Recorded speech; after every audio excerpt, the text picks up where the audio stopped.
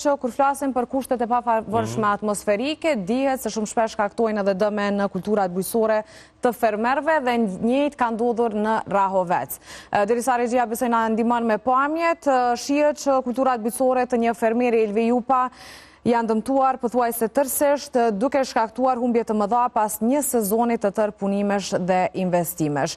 Dëmtimi të mbjellave ka rënduar gjendjen e këtij fermeri, i cili tashmë përballet me pasojat e motit të pafavorshëm dhe me humbjen e mundit të bësh gjatë muajve të kaluar. Natyrisht kjo është çështësim i fermerëve, të cilët natyrisht i kushtojnë një kohë shumë të madhe kulturave bujqësore dhe investimeve që ata bëjnë dhe pastaj këto kushtet atmosferike natyrisht i shkatrojnë dhe ata kërkojnë ndihmë nga institucionet përgjegjëse, dalin terren, ti evidentojnë themi kështu këto dëme dhe të ofrojnë mbështetje për tejkalimin e kësaj situate. Po, dhe momente të tilla kemi hasur shumë javën e kaluar si dhe një shkues ndëruar, kemi qenë edhe drejt për drejt me shumë fermer, të cilët natyrisht e kanë pasur këtë shqetësim për cilin po fliste ajda pak më parë me mijëra euro dëme, domethënë nga investimet që i kanë bërë. Ka qenë Armend Muja në terren javën e kaluar me disa prej tyre, duke ju qëndruar afër. Gjithsesi, diçka e cila e ka karakterizuar gjithë këtë periudhë kohore kanë qenë edhe disa lajme të ndryshme dhe të kundërta me njëra tjetrën. Javën e kaluar ka ndodhur një prej këtyre rasteve që Instituti Hidrometeorologjik i Kosovës kishte paralajmëruar që do të kishte një mot me erëra të forta dhe me shi, gjë që më pas ishte demantuar pikërisht nga Meteo dhe sot do të jemi me dikë prej Meteo për të marrë informacione për atë se si pritet të jetë motit ditëve në vazhdim. Thirrja është bërë natyrisht nga Instituti Hidrometeorologjik i Kosovës me të drejtë që qytetarët duhet të kenë shumë kujdes në momente të tilla. Pa humbur kohë, Valdrinin e kemi drejt për drejt për të biseduar për këto çështje. Valdrin Shala. Valdrin, përshëndetje, mirë se erdhe. Përshëndetje, mirë se ju gjeta. Faleminderit shumë. Po flisja pikërisht për atë momentin e javës së kaluar shumë viral, një demantim që erdhi nga ana juaj për motin e keq që u paralajmërua me erëra të forta, me vetima po ashtu dhe me shi nga Instituti Hidrometeorologjik i Kosovës. Por para kësaj, një pyetje meqense na intereson të gjithëve. Çfarë moti pritet ditëve në vazhdim pas shirave të shumta mbrëm në Kosovë? Po, pas rreshjeve intensive që ka përfshirë pjesën më të madhe të vendit, sidomos pjesën jugore dhe jugperëndimore, nga dita e nesërme do të kemi përmirësim të kushteve të motit. Motin do të jetë kryesisht me diell, ka mundësi që ditën e martë me pasë ndonjë të izoluar në zonat malore, përndryshe temperaturat do të shënojnë ngritje. Pra, nga dita e nesërme, veçanërisht nga dita e mërkur, do të kemi mot kryesisht me diell në të gjithë vendeve ngritje e ndjeshme temperatura. Minimalet do të lëvizin prej 14 deri në 18 gradë Celsius, ndërsa maksimalet prej 30 deri në 35 apo 36 gradë Celsius gjatë fundjavës. Pas kemi me u kthy në verë pak. Gjatë këtyre ditëve. Më në fund verore. Do shta ta shohim edhe paralajmërimin që ka bërë instituti më herët që thamë, e shohim bashkë edhe e komentojmë. Po, pra, Instituti Hidrometeorologjik i Kosovës thotë që parashikimi i motit për periudhën 27 deri me 31 korrik 2026, pra të hënën thotë se do të jetë ditë me diell me vranësira të cilat gjatë ditës do të zhvillohen lokalisht, duke sjellë mundësi për rreshje shiu, shkarkime rrufesh si dhe breshër në zona të izoluara. Po, paka shumë, temperaturat ndryshojnë nga ajo që tha Valdrini, dhe Valdrini pyetje që vjena, pashmangshëm me gjithë këtë debat që u bët, çka po ndodh realisht? Pse po themi paralajmërime të ndryshme? Për të qenë korrekt, ai reagimi juaj që erdhi, demantimi për në fakt doli ashtu siç ju e thatë për çështjen e motit. Pra një ditë më vonë nuk kishte erëra, nuk kishte një mot aq të keq, le ta themi kushtimisht, sikurse një ditë më parë. Po, si që se ka dhe javën e kaluar ne kemi parashikuar gjatë ditës së hënë dhe të martën që ka me pasë stuhit forta, që qëruara me shkarkesa rrufesh dhe breshër, normalisht edhe që ka pasë edhe dëme në disa komuna, sidomos në zonën e Istogut, po ashtu edhe në disa pjesën e juglindore të vendit. Gjatë ditës së mërkur ishte si që kam cek në disa prononcimet mia që ka qenë një nivel i portokalli sipas i HMK-s, ku Kjo është bërë për shkak të Institutit Hidrometeorologjik të Serbisë, që ka parapon një sistem e kalu gjatorëve të para të 24 orëshit. Fatkeqësisht ose fatmirësisht nëse mund ta quaj, nuk ka pas rreshje diçka të shumta gjatë mërkurës, gjatë orëve të para të 24 orëshit. Dhe për këtë arsye i kam cekë në postime, kam bu publikte me të Kosova që me dëshmi që IHMK-ja, dhe më thonë Instituti Hidrometeorologjik i Kosovës, i merë alarmet i aktivizon bazë të Institutit Meteorologjik të Serbisë. Fatkeqësisht kjo ka qenë alarmi i tyre i Serbisë për Kosovën, pasi nga kjo pjesë është para pa me kalu një sisteme të rreshura, ndërsa pjesa e ditës ka qenë e qetë.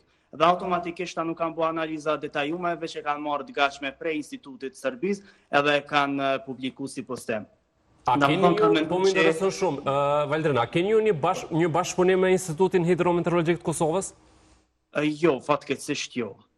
Kisha pas dëshirë, po nëse muj me qujtë direkt shto, me thonë që ju vjeni natin këtë rasteve për shak që nëse e shohin dikush që po din ma shumë ose po ju daljen parashikimet e sakta, e kam problem, nuk munde me pranu dhe automatikisht nuk marrin bashkëpunime, dhe më thonë nuk pranojnë bashkëpunime. Po nëse ju keni informacione që thoni më të sakta, se po ati edhe kritika, se sot u paralajmërua për diell dhe vranësira, që në fakt ne pushojmë vetëm shi bubulima. Se shikojmë prapë parashikimin e institutit, ka paralajmëruar që mund me diell dhe vranësira dhe gjatë ditës. Kur e kuptojmë dhe gjatë ditës, automatikisht nuk kuptohet që paraditja ka me qenë e qetë, ose me diell dhe vranësira siç janë prononcuar në parashikimet e tyre. E realisht dol krejt e kundërta. Tash pjesa më e madhe e ditës veç ka filluar me u kthjellu moti, ndërsa zona e jugut ka po vazhdon, sidomos zona e Prizrenit tash po vazhdon me pas shira të rëmbyshëm që veç edhe pjesë zona e Prizrenit ka filluar tashmë me pas edhe lokalisht edhe përmbytje. Domethënë ne kemi paralajmëruar pjesa poshtme, nëse shihni postime kemi paralajmëruar që pjesa poshtme e Kosovës, sidomos zona e Rrafshit Dugaxhinit, ka me pas domethënë përmbytje ose rreshtet më intensive ka me qenë në atë pjesë dhe ashtu faktikisht ka ndodhur. Po, se motë gjithsesi në këtë moment që po flasim me pashma edhe që është përmirësuar dhe realisht tashmë njerëzit janë të ulur edhe jashtë në përkafeni duke i shijuar kafet. Çka dua të pyes, meqense edhe një detaj tek Instituti Hidrometeorologjik se na la përshtypja ajo që e the ky lloj inati që e the kushtimisht, po në mënyrë zyrtare, a ka pasur ndonjëherë një komunikim, a ka pasur një reagim edhe nga ata, mbase edhe në këtë momentin e javës së kaluar kur kishte një kundër demantim nga ana juaj. Në mënyrë zyrtare, a ka pas? Unë kam pas më herët edhe në Facebook Besim Aliu. Nuk e di pozitën e tij saktësisht, Besim Aliu e kam pas, edhe më kanë kundërshtuar çdo postim që e kam bërë, më kanë kundërshtuar. Bile tash nuk e di se një saktësisht para 3-4 vitesh nëse nuk gaboj, për temperatura dikun kanë qenë -15 deri në -18 në zonat malore, edhe ai ka dhënë këtë parashikimi, ka dhënë domethënë temperaturat më ngritura, dikun -8-19 ose nuk e di saktësisht. Edhe kur e po që veçon ju më afru me parametra ose më dolën parashikimet e sakta, pa unë e kam pas fjalën për temperaturën mesatare në Kosovë. Domethënë kjo normalisht temperaturën mesatare ti nuk mundesh me dhon, jepet e kryesisht për mujore nëse do me bëni krahasim. Ama për ditën ajo nuk është temperaturë mesatare, apo nuk është llogaritet.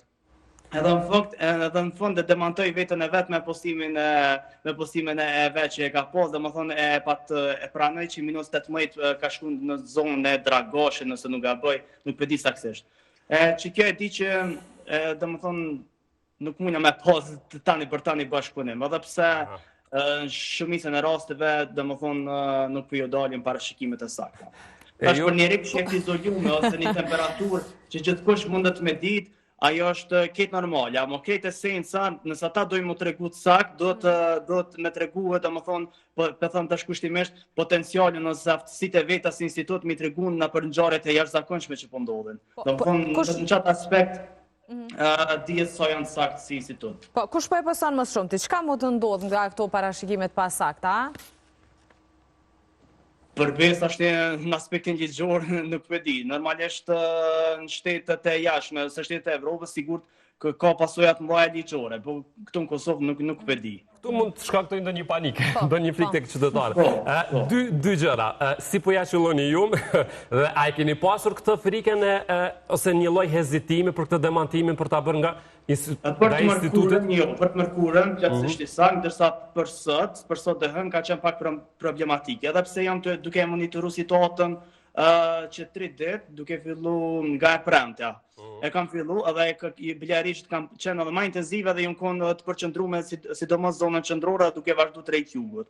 Po deri dje kam qenë gati për postim, po e kam prit postimin e HMK-s, që direkt me po apo parashikojnë për mbytja jo dhe automatikisht mas e kum po postimin e tyne, pas të e ku publiku edhe në temet e Kosova. Po, veç edhe me një reagim, ka thënë, shkoni në shtëpi se si jeni të ktjellët, ose në gjuhën anglese, go home you're drunk. Ju keni drejtu institutit, me sa pash.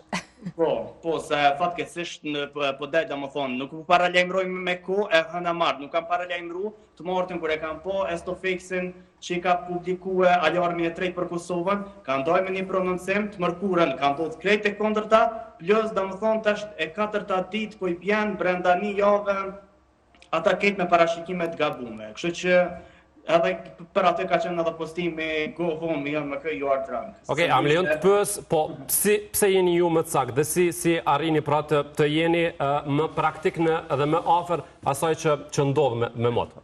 Për ta bërë pak më qartë për shikuesit. Pa hyrë detaj se normalisht ata kanë shkollime shumë të larta për posme që nuk kanë specifike për meteorologji, po ne kam pasion, unë siç e kam thënë edhe në intervistat mia, unë kam për pasion, çfarë ndoshta hapo ose që nuk muj me jetu në pa ushqim, njëjtë unë kam meteorologjin. Edhe pjesa më të madhe të kohës ja kushtoj meteorologjin, bëj analiza statistike, shikoj parashikimet më detajume, janë disa websajte që japin parashikime për stuhi lokale, është shumë problematike në ato modelet evropiane se amerikane që nuk e kanë rezolucione shumë të lartë. E janë disa modele që kanë rezolucione 2 km mbi tokë, ato janë specifike sidomos për çdo stuhi lokale që ndodhe. Këtë aspektin e këtu këti shikoj, edhe pastaj arri dal me publikisht me një postim. Sa i përket gjendjes së Ndravës, keni bërë një pyetje edhe për qytetarët ku ata kanë mundësi me ju shkrujt edhe me dërgu edhe video dhe me jep informacione se çfarë po ndodh. Nga institucionet na u tha që gjendja tashmë është e menaxhueshme, por duam dim nga ato se çfarë kanë thënë qytetarët, nëse keni ndonjë informacion, si ka qenë gjendja. Jo, përpos është një video, tash e postova një video që vërshimet ose përmbytjet i kanë deportuar dhe me një abort të një banorit Rahovec, përndryshe nuk kam edhe shumë video. Një video e kam huazu prej Rahovec Inside, ndoket nëse zgaboj, ke edhe ja pjesa që i kam marrë videot për ato i kemi shkëmby, përndryshe nuk di saktësisht. Nuk e di asë për sasinë e reshjeve këto, do të normalisht instituti me dalë me një prononcim, me në tregu sa është sasia e reshjeve sa ka arrit, për ndryshë është parapat dikon rreth 50 mm të paktin deri 100 mm brenda 24 orëve, si do mërë zona jugut, kështu që ndoshta i më këtë do dalë me një prononcim sa i përket sasisë së reshjeve dhe gjendjes si do të vazhdoj. Për ndryshë... Valdrin, një të fundit për sa i përket me qëse kjo është java e fundit e korrikut, me aq sa mund të dish, çfarë gushti na pret? Në bas parashikimet, opse nuk kam pas shumë mundësi sot me i përcjell, se ma shumë ju marrë me këtë pjesën e reshjive, të i po dhe me video të i postu. Dhe sa e posh edhe pjesa e fillimi i gushtit, ka me vazhdu me temperatura ma të larta, dhe më thonë të larta në të aspekt për pequjë se që i kemi pas, dikun rreth 35-36 muaj me vazhdu. Prap është Franca, pequjë kushtime është kandidat për temperatura ekstreme, që valja 3 ose 4 e ka përfshi gjatë këtij sezoni veror. Kemi Omega Block që është e pozicionuar mbi Evropën perëndimore, kur kemi një anticiklon shumë të fortë, automatikisht dy kajet e kundërta, ana e djathtë dhe ana e majt, mbesin me paqëndrueshmëri. S'do të thotë që vazhdimisht ka me pas paqëndrueshmëri në ato zona, por ose temperaturat janë më të ulta dhe ko paskue ka mu përcjell me reshje. Okej, Valdrina, jeni gati për një duel me përfaqësues nga instituti në studio. Është pak në formë shakaje. Kjo, faleminderit shumë për sot, për kontributin dhe për këto informacionet të cilat i dhan, për të motën në vazhdim. Faleminderit shumë. Përshëndesim. Pra, duket që edhe gjatë gushtit do të jemi një ditë mirë, një ditë keq, një ditë me shi, një ditë mirë, me diell. Mirë, por kjo është e rëndësishme më shumë për qytetarët, a mirë që po na ndjekin, që zakonisht kur zgjohemi në mëngjes gjithmonë moti duket që është më dramatik, themi kështu, pastaj këto pamje në rrjetet sociale, megjithatë besoj që pak a shumë u sqarua që gjendja është e menaxhueshme. Natyrisht që ka dëme në disa zona, në disa shtëpi, nga këto videot e publikuara, por nuk ka vend për panik, si që po thonë nga tereni. Paktën edhe përfaqësuesit e institucioneve, nga këto komuna që ishin drejt për drejt, që sot është pak një situatë të paktën gjithmonë po e themi nga ajo që kemi parë më alarmante, e thanë këtë që po thështë edhe Ajda, që është më e menaxhueshme si situatë. Mirë.